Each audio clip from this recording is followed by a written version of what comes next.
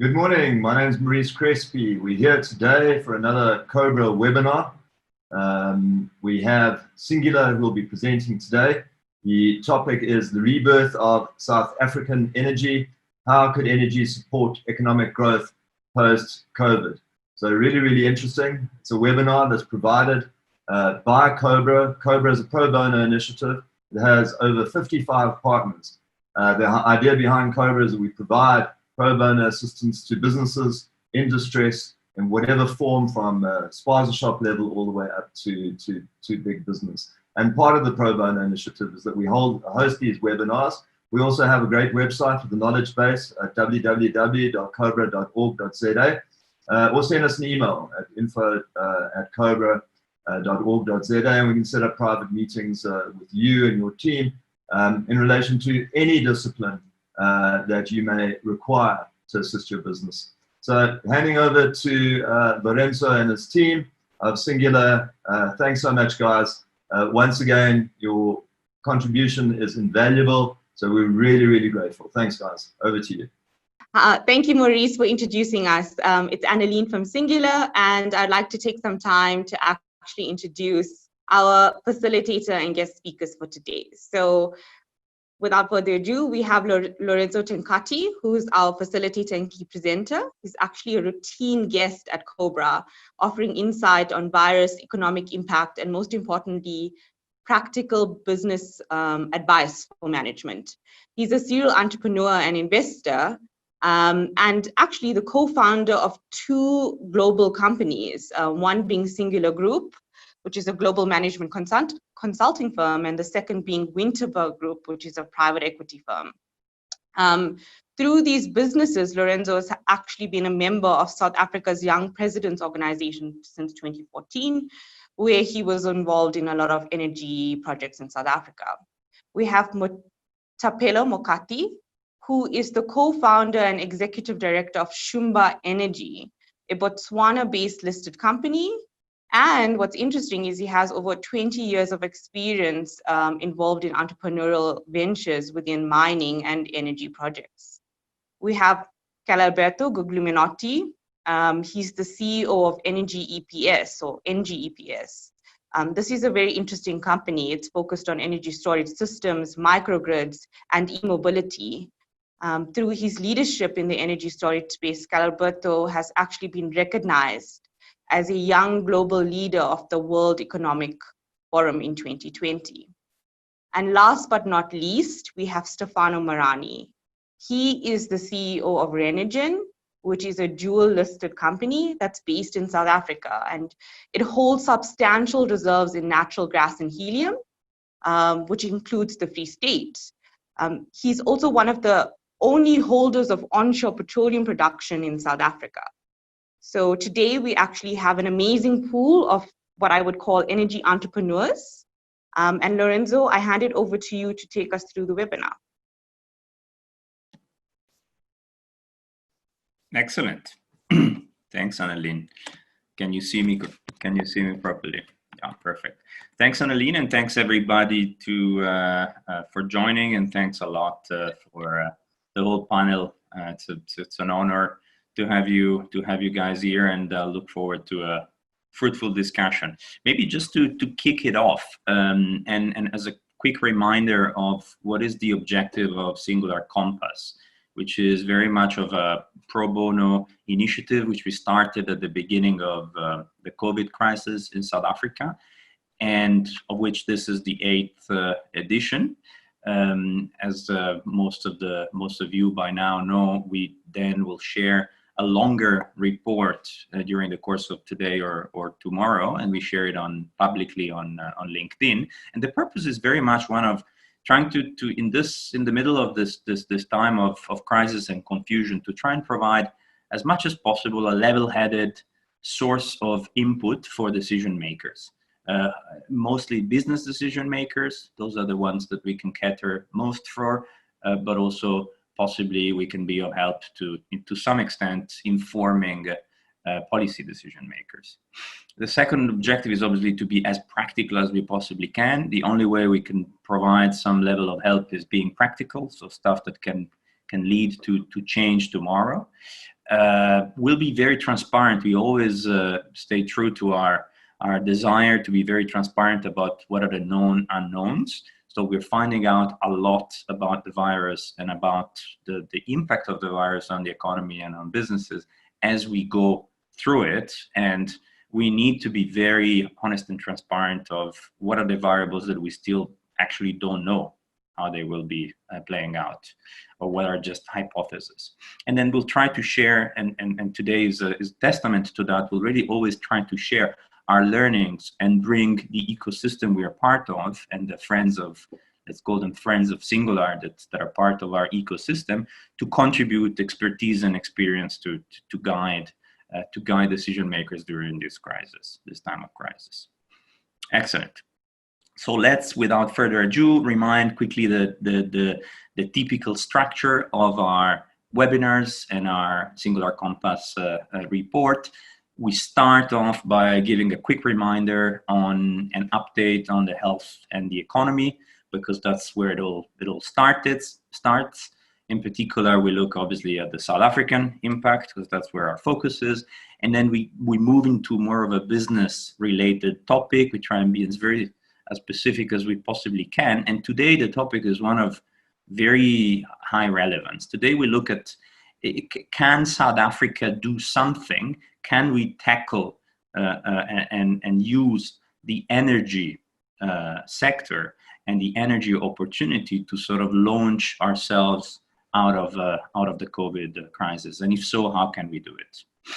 And then we'll launch it into a, we'll have obviously a panel discussion where I'll throw some questions to our expert panelists, which Annelien just introduced, and then we'll leave at the end the space for all of you attendees to ask some questions, which Annelien will read out and address to the most relevant speaker for the question. Excellent. So without further ado, let's jump into it. Quick updates on the virus. I mean, here there's not too much to say. And certainly there's not too much surprise, because this is all over the news on a daily basis. The fatality rate in South Africa is increasing. So the trajectory that we've been initially in the first few editions of Singular Compass was tracking South Korea. Now we are moving much closer to, let's say, the bulk of the developed and developing economies that had a much higher death rate, unfortunately. On the good side, so if we want to look at the glass half full, of course, we're still only number 46 in the world ranking in terms of deaths per million, which doesn't say too much, but at least it poses into perspective the fact that on a global scale and at a global level, South Africa is still ranking a lot lower. So it's still a lot better than what it could have been, what it could be, and what it has been in countries like Belgium, Italy, and Spain, for instance, and increasingly also Brazil and the US. Okay. Another reminder, I mean, we committed to always sort of draw scenarios, both when it comes to the virus impact, which you'll see posted on the full report today.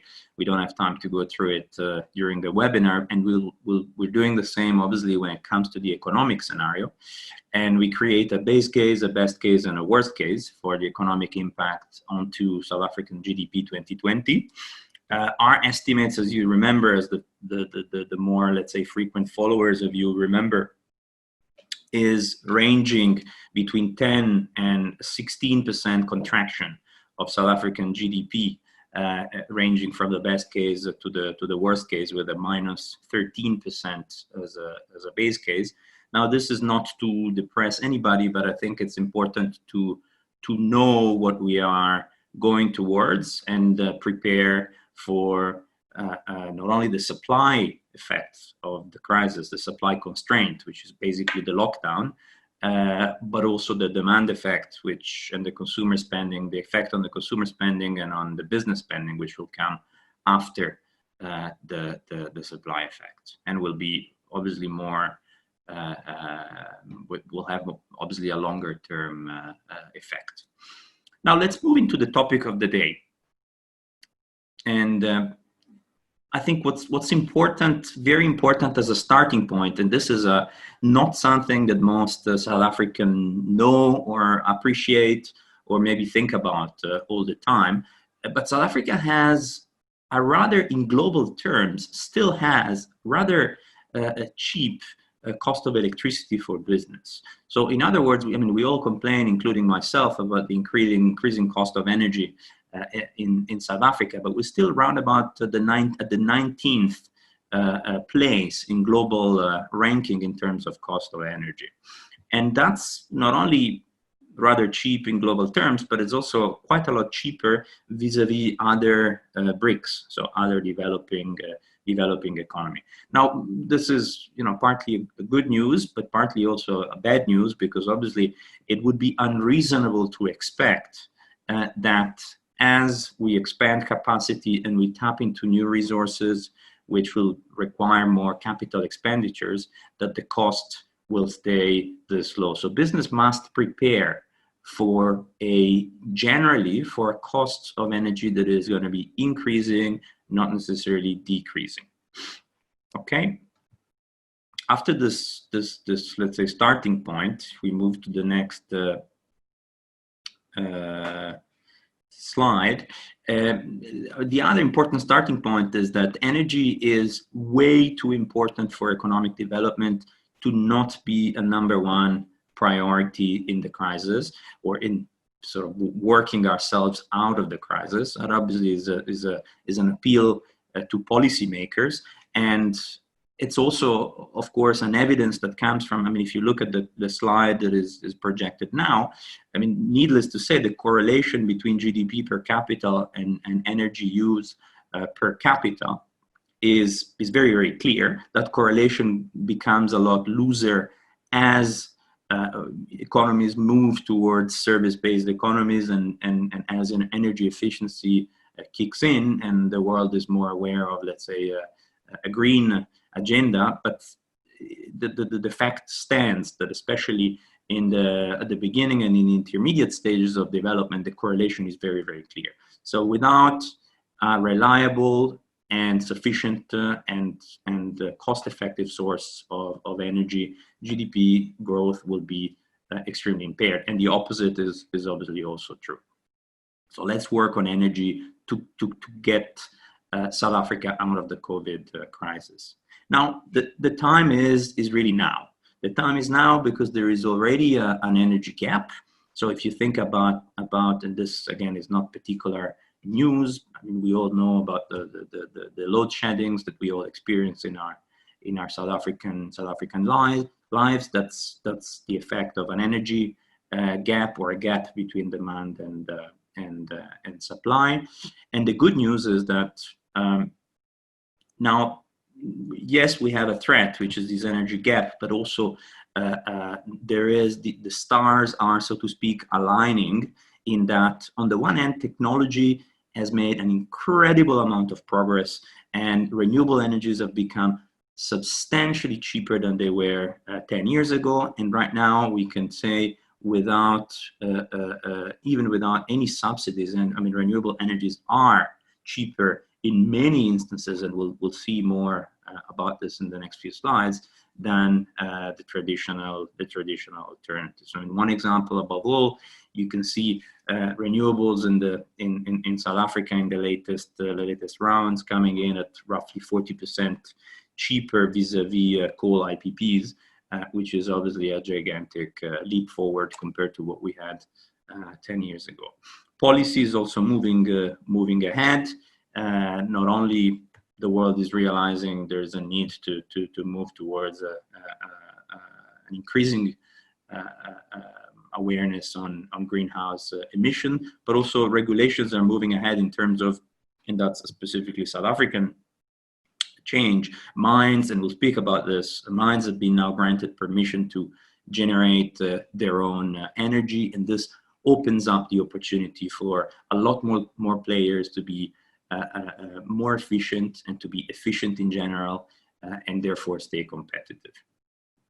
Now, why am I particularly, and we are particularly excited about the opportunity in South Africa? And if you look at the slide now projected, I mean, South Africa has, we all know about mining natural resources in South Africa, but when it comes to renewable natural resources, South Africa is at least, if not more, endowed vis-a-vis the rest of the world of irradiation.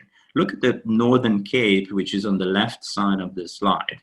The Northern Cape is, if anything, more sunny, more irradiated than the UAE, where Dubai is. And we all know, or some of us know, that in the UAE, there have been bids for energy in the order of magnitude of 13 US dollar per megawatt hour. Now, if you compare these 13 to the 60 US dollar per megawatt hour that on average businesses pay Eskom in South Africa, the difference is incredible, and the opportunity is incredible. So fantastic news in terms of the starting point when it comes to solar energy. It's also an excellent news in terms of, I mean, as we all know, if intermittent renewables increase and the more and more renewables are added to the grid, more and more energy storage will be needed, because of course the wind and the sun shine and blow intermittently, and we will, and certainly there is no sun at night. So that requires, if you want to create a baseload source, that really requires on large scale, we call it grid scale, energy storage. Now, how do we get to energy storage?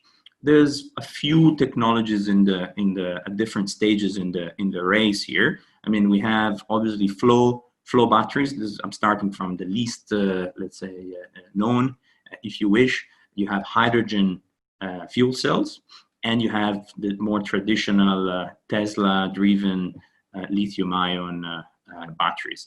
All of the input material, all of the input minerals, or most of the input minerals that go into any of these technologies, so whether it's fuel cells, whether it's vanadium redox flow batteries or lithium-ion batteries, South Africa is in the top 10. In many cases, like platinum, vanadium, and manganese, it's even in the top 3, if not the top 1, in terms of world ranking of global reserves. So we have an amazing opportunity to play a protagonist role, not only locally, which certainly is the case, but also globally when it comes to the energy storage game.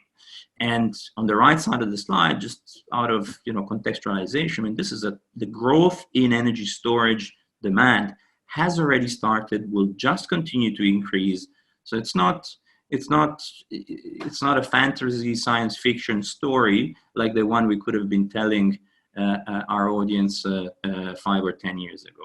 Not anymore. Okay. The last point, or the second last point I wanted to make is natural gas. So we all think about renewables, which is of course the greenest, let's say, option on the table. We mustn't forget that gas and I'm very curious to hear Stefano's view on this later on in the conversation, but I think gas, in the opinion of many energy experts, including myself, I think it will play a significant role in the transition, and I'm speaking globally now, in the transition between the oil and sort of coal-driven economy into the renewable one. When it comes to gas, Mozambique, the Pande deposit is as many of us know, depleting fast. And here, I mean, the obvious sort of elephant in the room is that there is roughly 1 billion barrels of oil equivalent offshore of Kucha. So there is an amazing untapped, extremely large source of, or potential source of gas in South Africa. Now let's pause on this and let's ask later on Stefano his thought about it. Last point I wanted to make, and then we'll throw it we'll open it up to the panel. Let's look at numbers. I mean, we all are numbers people, and if you look at the cost curves of the different sources of energy, this slide, this very complicated slide, shows the lines. Each line is a source of energy. The yellow is sun. Actually, the yellow is sun plus storage. The red one is sun. Then you have gas, which is the gray one, and blue is coal. Now, what you see is that in South Africa already today, so if we speak numbers, a new solar PV installation produces and allows us to get energy cheaper than running an existing coal power plant. Now, obviously, you don't get baseload energy out of pure play solar. You need to combine it with some storage, or it can only play a partial role. But you can see how the yellow line, which includes already also storage, fully, meaning that we are covering with storage. The yellow line represents the cost, covering with storage the whole night shift, let's call it, and therefore transforming the sun into a baseload source of energy. Now, that intersection is because of the way, especially storage costs per kilowatt hour is decreasing. That yellow line will soon intersect the other sources of energy, especially coal in South Africa. When I talk about soon, we're thinking in the range of 2028 to 2032, which means, of course, that a lot before that, you can apply only partially storage and sun and already beat or substitute part of your traditional source of energy and save money at the same time. Now, without any more, let's throw it to the panel. And I would love, Thapelo, thanks a lot for joining the panel. It's a pleasure to have you here. I would really love, given your expertise and experience at Shumba and in other roles, I would love to have your view on how is self-generation, what role will self-generation play when it comes to large power users such as miners in South Africa and in general in sub-Saharan Africa? What's your view there? Hi, Lorenzo. Thanks a lot for this opportunity. I mean, self-generation is really a game changer within the industry. You know, if you look at the output for mining in the last 10 or so years, when we've been struggling with electricity, it has been declining. So self-generation will allow the mines to have certainty of power and to be able to invest more in new production, which is something that has been lacking. You know, currently mines that are operating now, we're only looking at the current production, but not many of them are investing in the future production, increased production. So self-generation is going to play an important role in terms of providing certainty for the future. So it's a step in the right direction. And is there anything? Okay, you make a very good point on certainty and predictability. I also believe that's been that much more than the cost per se has been the biggest hindrance for new investments, both in mining and in energy. And in the last few years. But in this respect, is the regulation now, if you want, clear enough, and sort of does it provide the right level of predictability and the right level of certainty if you are to invest in self-generation and therefore new capacity in whatever it is that you're doing, like mining? You know, when this call was made for mines to be allowed to do self-generation, I think people wanted a process that would be very expeditious, you know, a process that will not be bogged down by regulatory process, lengthy regulatory processes. So what has been released so far, you know, in terms of allowing self-generation, only speaks to one part, which is the generation, that you can be able to generate to supply your own plant or your own mine. But what has not been clear is exactly how, you know, if production, for example, let's say if you don't have on-site capacity, land to put solar, how far can you put a plant? And if you put the plant far away from site, how easily can you connect it to the grid to be able to supply your mine? And if you do that, let's say you are looking at a mine to say, you know what, if I'm going to be increasing production in the future, therefore I'll need to have spare capacity of electricity. But during the time when you're not using that spare capacity, can you trade that excess electricity? So those are things that needs to be very clear, because I think once you complete that cycle of generation, of transmission, and feeding, being able to sell back to the grid, therefore it makes it easier for people to model the project and the viability of doing your own self-generation. Without any of those things, it still creates a whole lot of uncertainty that will, hobble the whole process of self-generation. Okay, makes sense. So let's say clarifying the transmission and distribution part, and also clarifying the ability to sell back to the grid excess energy. These are two of the key points. Absolutely. That's a very good point. I would agree to that. And is there any, what role does the broader economy need to play? Does it, because obviously it goes hand in hand. What if you are thinking about energy generation, what needs to come from the broader economy? To make an example, Lorenzo, mining works hand in hand with industries like manufacturing. Mm-hmm. So if you're going to have increased production, therefore you're going to need more inputs into the mine to be able to achieve that. But if manufacturing companies don't have electricity, therefore it's going to undermine the whole ecosystem of self-generation for the mines. But we don't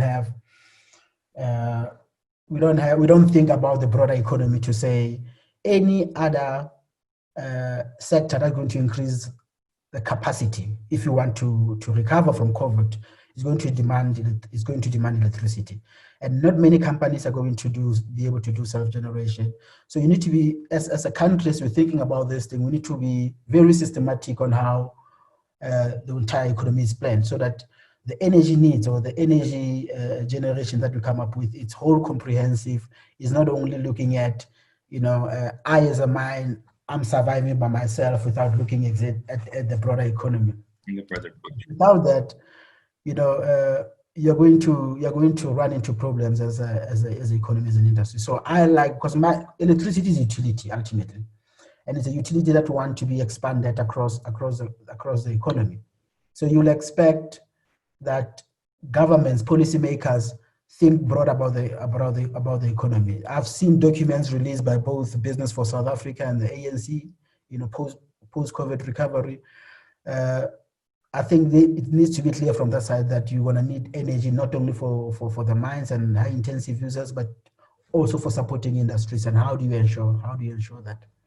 The broader economy. Okay, it's a broader play. Thapelo, thanks a lot. I'm sure there will be questions at the end on these topics. Carlalberto, thanks a lot for joining and for contributing. You are obviously extremely experienced in the energy storage space, whether that is hydrogen storage or battery storage. What's happening in the storage space? To what extent are we really ready and to make investments economic there on the international landscape, which obviously applies then also to South Africa? Thank you, Lorenzo. Yes, I totally agree with your introduction. At the global level, what we have seen in the last 5 years has been essentially a major disruption of the whole electricity system.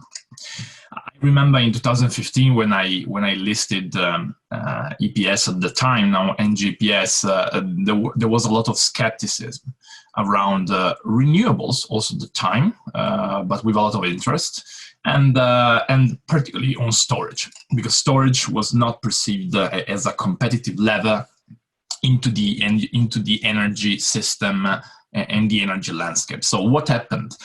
Essentially, in 2015, global installation of storage were almost zero, mainly concentrated in Korea, Japan, and China, essentially. While essentially those installations come up to 8 gigawatts on an annual basis last year, and they're projected to be multiplied by 10 by 2025. Okay. From our perspective, being a global player, we have seen it in real. I mean, we are participating in tenders all over the world, from India to China to US, particularly in the US, with gigawatts of tenders all over the world that we sign and that we build. Okay, so it's not anymore, let me say, a science fiction expectation of a global trend, but it's a global trend that has already shaked tremendously the energy system. And this is because of essentially two aspects. First, tremendous drop in solar costs. Okay, that has been the enabler of energy storage, and at the same time, an even more deep drop in cost of energy storage. In that specific historical moment is for lithium-ion, and then we all expect the same curve happening also for hydrogen. And that's the reason why at the European level, we approved an iconic program for more than 500 billions of investments in energy storage, mainly composed by hydrogen. So hydrogen infrastructure. And that's a natural evolution. So first solar, then lithium-ion, then hydrogen. It was already planned in 2015, but in 2015, we had no evidences on the tipping point. Now we already passed the tipping point. We are in the execution phase. So back to South Africa. In South Africa, we have essentially the same, we see clearly the same trends, but with, let me say, a more intense urgency and a more intense opportunity, and a greater opportunity. Why that? From the system perspective, the problem in South Africa is twofold.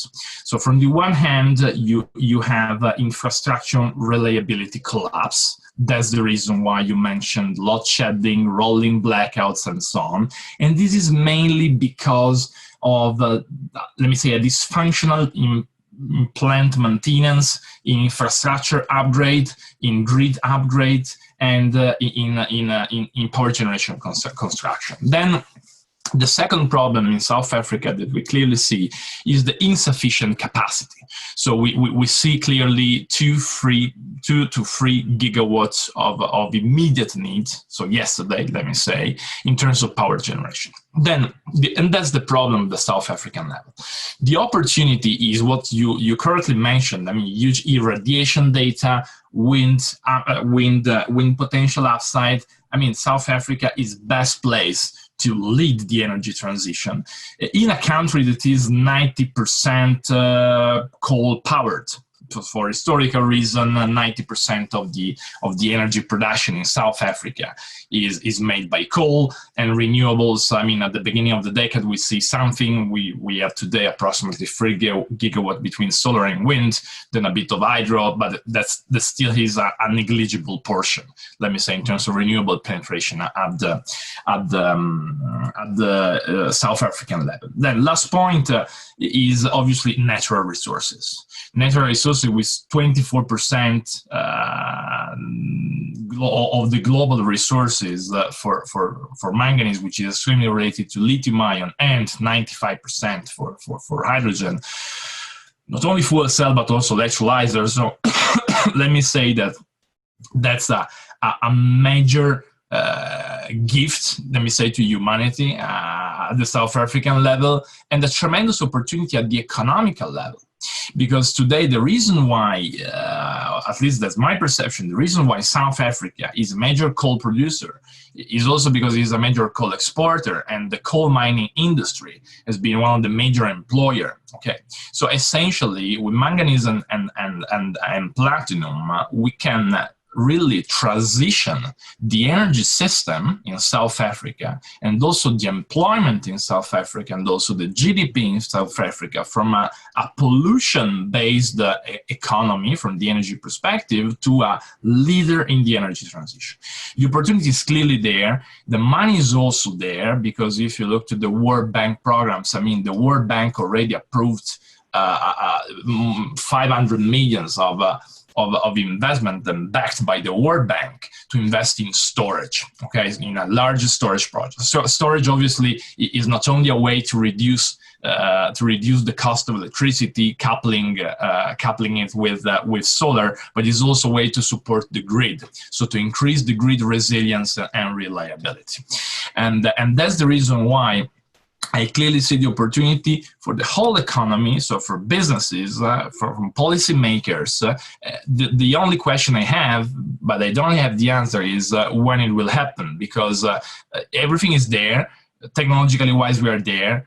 Investors also, as an ENGIE group, we are happy to invest in South Africa. It is absolutely an investment grade country from our perspective. Money's there, banking guarantees are there from the World Bank. Question is, where are the RFPs? Because it's a couple of years that we expect the program to be launched by ESCOM. Nothing happened. Now we're talking about other potential RFIs. We clearly see the opportunity, but we are looking to a lack of action, let me say, in order to make it happen at zero cost for South Africa, and declenching a tremendous opportunity for the whole economy. Thank you. Excellent. I mean, it's obviously great to hear that there are, I mean, that not only the time is right, but the willingness from global energy players is there to invest in the country. I mean, I think really that drives optimism, and should drive optimism. Time is there, and the rest of the world is interested in investing, and which is also obviously very, very important for South Africa. There is a substitution plan. There would be a transition plan also when it comes to the employment, let's say, issue that otherwise would be created in any transition. But now, Stefano, thanks for joining. Thanks a lot for contributing to the panel.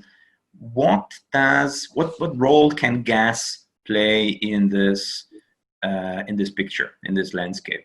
Is there an opportunity there? So firstly, thank you to the organizers and everyone for having me. The role of gas has the potential to be quite a significant one. Obviously, the most recent discovery of Brilpotter off the southern coast is quite a significant find, and that gas lends itself particularly well to the generation of electricity. Obviously, it will come at quite a significant price tag, but to the point of foreign investment coming into South Africa, that is an asset that sits in the hands of Total, which is one of the 7 world super majors. So there's no doubt that if policy were to meet business interests, and let's for want of a better description say that some of the ideological hamstrings that South Africa has were to be relented a little bit, there's no doubt that you would see that field bring significant power generation online, and that would be a massive benefit to let's call it greenifying the South African economy. Which, if you look at the statistics globally at the moment, South Africa is the 5th worst polluter on the planet in terms of CO2 per dollar of GDP generated. That is a serious indictment. Even some of the main players in that area, naturally you think that some of the other BRICS countries would have worse CO2 per GDP figures than ours, but that's not true. It's not even close. None of the other BRICS countries are even close to the kind of emissions that we're creating, and a lot of that has to do with the technology that we're using with regards to our coal-fired power stations. They don't meet emission standards globally, and if ESCOM were to play on a level playing field, you would see a very quick move towards alternative forms of energy, because if you're going to produce coal on an equal playing field to the US and to Europe in terms of your emission standards, the cost of power changes very significantly. And this is closer to your point. You had a slide there a little bit earlier showing that South Africa was the 19th cheapest power in the world. This is absolutely true. And South Africa, corporate South Africa, has gotten hooked onto this notion that power must be cheap in order for the economy to thrive. I'd like to turn that around. I'd like to turn that around completely and say, corporate South Africa, if you actually want to be competitive, then you need to be competitive in many other respects. And you need to be able to produce your goods with the understanding that power is going to get more expensive. It will reach a world equilibrium. It's time for you to evolve or die. And that's the mindset that corporate South Africa needs to have. Power will not remain at this price. It's just not going to happen. Especially not with investors globally looking for a much more sustainable footprint by companies. So the onus of responsibility is twofold. It's not only at a policy level. We need to dispense of this ideology that we sit with, but from a corporate level, we do need to understand that power is going to get more expensive, and we need to improve our level of competitiveness. And if we fast forward 10 years, what do you think that the energy mix could look like? If you were to throw a wild look, the resources are there. The resources are absolutely there. The obvious elephant in the room is, are we going to, as a nation, agree to set up another platform to talk about the talks that we've had, to talk about what's gone wrong with the talks on how to bring renewables online, or are we actually going to do something? And I'm being a little bit facetious, but there is this ardent inability for the country to actually do anything. One of the ideas that I touted a little while ago and wrote to Eskom was, why don't we democratize power in South Africa? There are many companies out there that are willing to go the sustainable route. They're willing to pay a premium for power if they know that it comes from a clean energy source. And this is because King 4 for listed companies stipulates that you have to be sustainable. You have to try and get as much clean energy as possible. There's a finite amount of clean energy out there. So de facto, the JSE is imposing limits on companies that you cannot, targets that you cannot meet because the government is allowing it to happen. So why not open up the power grid to an auction system? Allow IPPs to auction clean power and allow bidders to buy that clean power, and Eskom takes its tariff on wheeling. Eskom makes money, companies have access to green power, and new IPPs come online, and it gives us a just transition because we need that power. We're not going to build any more coal-fired power stations anytime soon. So it's not like we're going to be putting coal out of business. So the union's argument also is completely nullified by this by this strategy. Okay, that's thanks, Stefano. That's clear and very interesting. I mean, the call for action is obviously there. I think you also seem to strongly be a strong advocate of the opportunity that is there, and the resources are there. So very much of a call for action from your side. Excellent. Let me pass it on to Anneline to maybe read out some questions that might, and please, everybody listening in, ask any questions you wish, and Anneline will do a bit of a selection and pose it to the most relevant speakers. Perfect. Thank you, Lorenzo. Thanks, panelists, for the interesting discussion.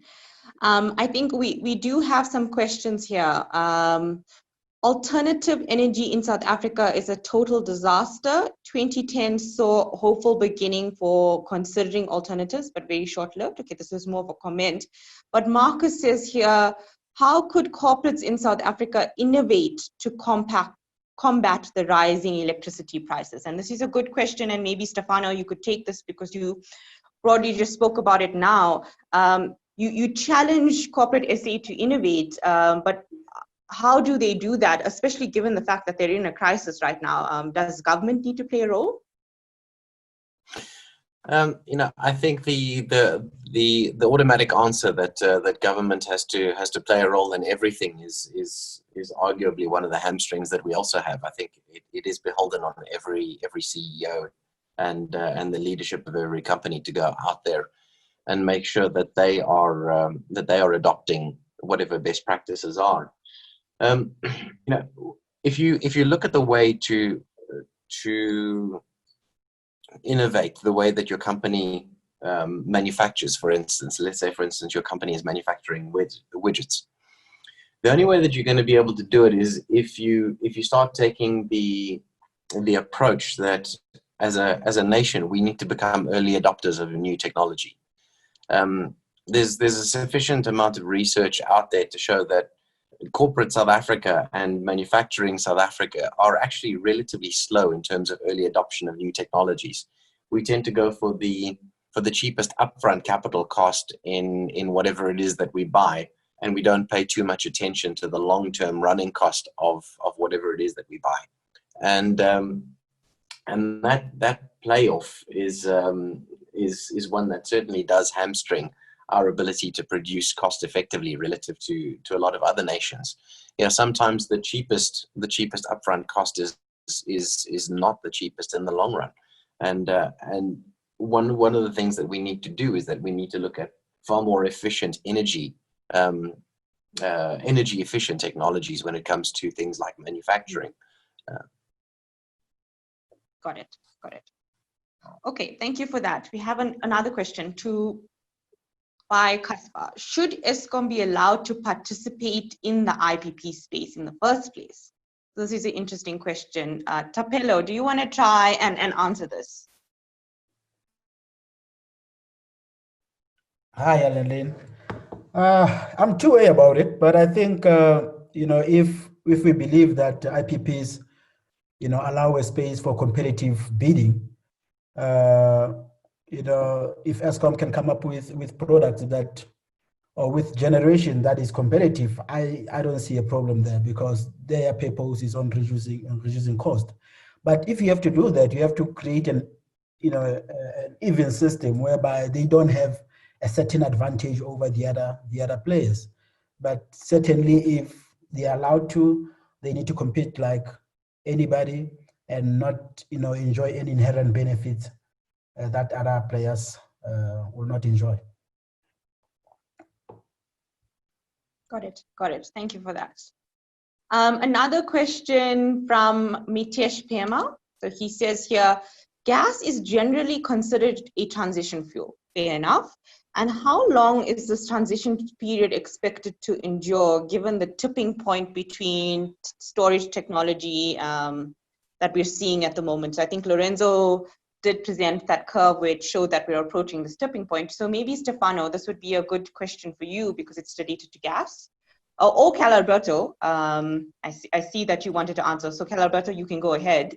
How long is this transition period expected to endure? I will open the door for a consideration for Stefano. I think we will be on the same page. Frankly speaking, it's a sort of myth that gas is a transition fuel. I mean, obviously, gas can be a transition fuel, but I clearly see the role of gas also in a renewable world. So in a world fully powered by renewables and storage. Okay, I clearly see the role of gas. While obviously, as far as we consider a major role of hydrogen, this role of gas will be slightly reduced. Okay, but why that? Because gas gives to the system the flexibility, the full flexibility at the grid level. So if you want to decrease, I saw one of the questions saying in South Africa, alternative energy has been a disaster. Okay, the question is how we make it happen. So how we can turn this trend, no? Because all over the world has been a major shock and a major achievement simply because the marginal cost for dispatching 1 kilowatt hour of solar energy is zero. Okay, so for obvious reasons, it's a trend that you cannot stop. You can delay and delay and delay, but you can stop electrification. While in order to decrease the cost of electricity, renewable is a slam dunk, okay, is obvious. Coupling with storage today, maybe not last year, but today is obvious as well.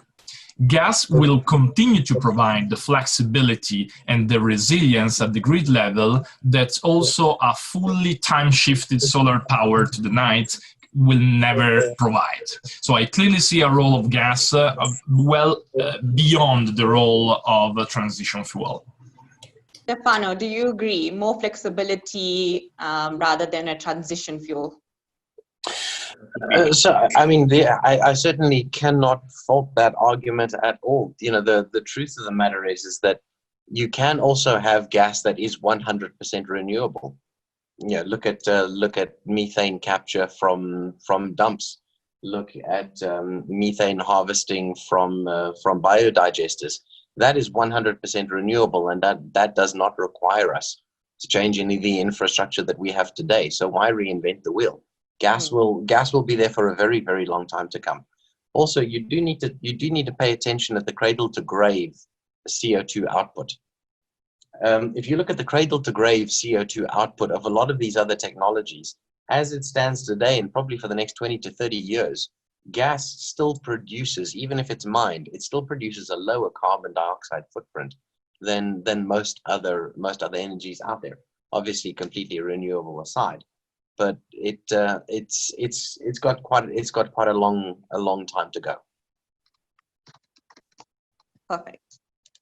Okay. Another question here from Marcus, and maybe Lorenzo, you can answer this.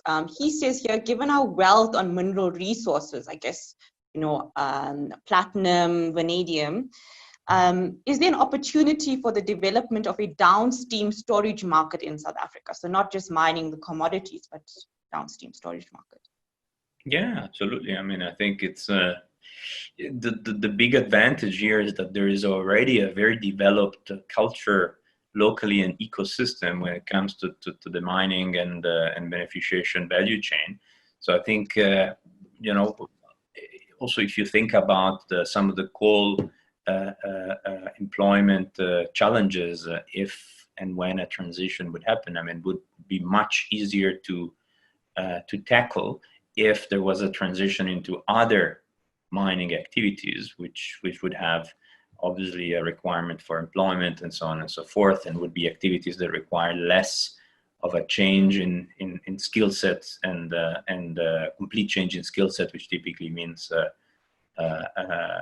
risk of the transition, not using the same people that are transitioned out of the exiting sector. So I think the opportunity there is gigantic. I mean, certainly from the mineral side, so from the early stage of that value chain, it would require some investment in technology when it comes to the more sort of the later stages of actually manufacturing batteries and researching on battery technology and on fuel cell and electrolyzer. But if you think about the strong interests of the platinum producers, for instance, in South Africa, like Anglo-American, surely there is a very aligned agenda there between government, the mining space, and some of the steps in the battery and energy storage value chain. So I see it as the early stage of the mining value chain.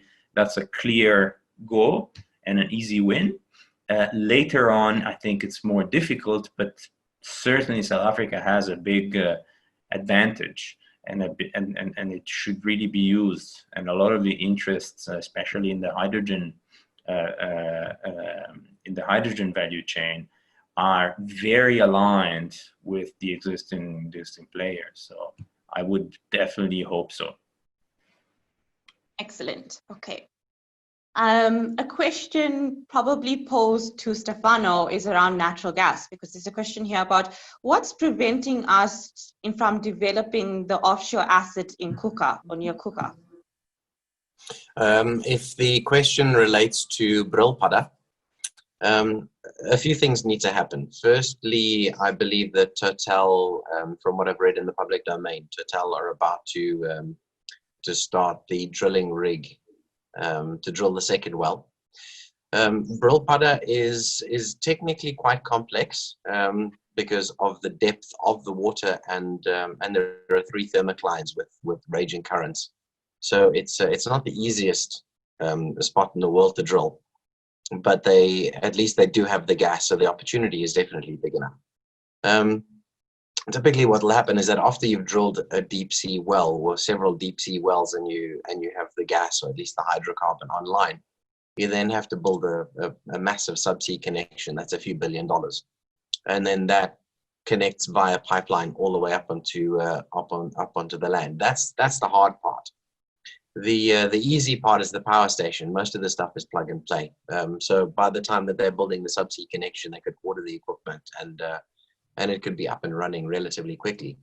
I'd say the only part that's arguably even actually harder than the drilling and the finding of the gas and the building of the subsea cable, the subsea grid connection, is probably getting the production right through the government. That is going to be the hardest task of all.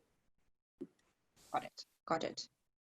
I see no further questions from our attendees. So attendees, if you have any final questions, we have a few more minutes with the panelists.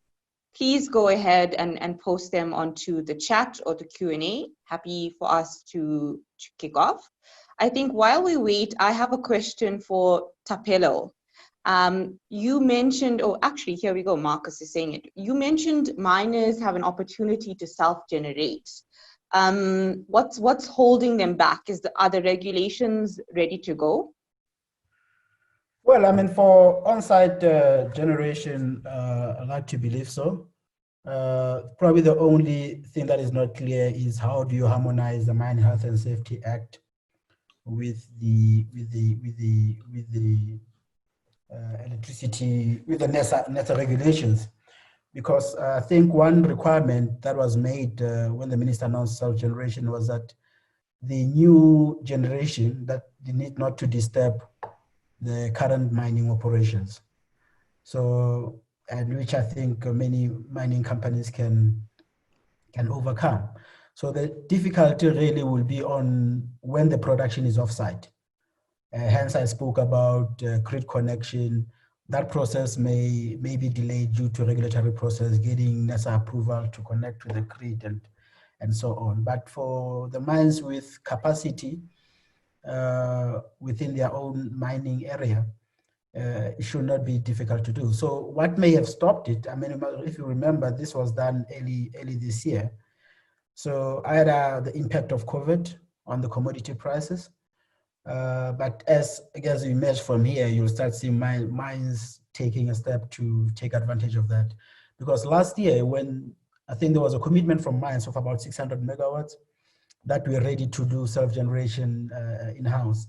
So I think what may have stopped them may have been the impact of COVID, yeah. Mm-hmm. Perfect, okay. We have 1 minute left. So Lorenzo, do you want to close it off? I think we should just pause the questions here, but attendees, if you have any more questions, we will be posting this document on LinkedIn. You can post your questions there, or you can feel free to contact COBRA or the team. So Lorenzo, I hand it over to you. Thanks a lot to Thapelo, to Stefano and Carlalberto, and yourself and Aline, and thanks a lot to COBRA for hosting us and for always pushing and helping during these tough times. And thanks to all the attendees, and I hope we managed to add some value and contribute some ideas and perspective to the current situation, and in particular, keeping the energy angle in mind. A much longer and broader and more detailed report, which also will have more information on the virus and the economy, will be posted on LinkedIn, so you can feel free to either follow me or Singular, and you'll receive the document, the public document. and we hope and we're glad if we manage to still be of some help. Good luck, everybody, and stay safe.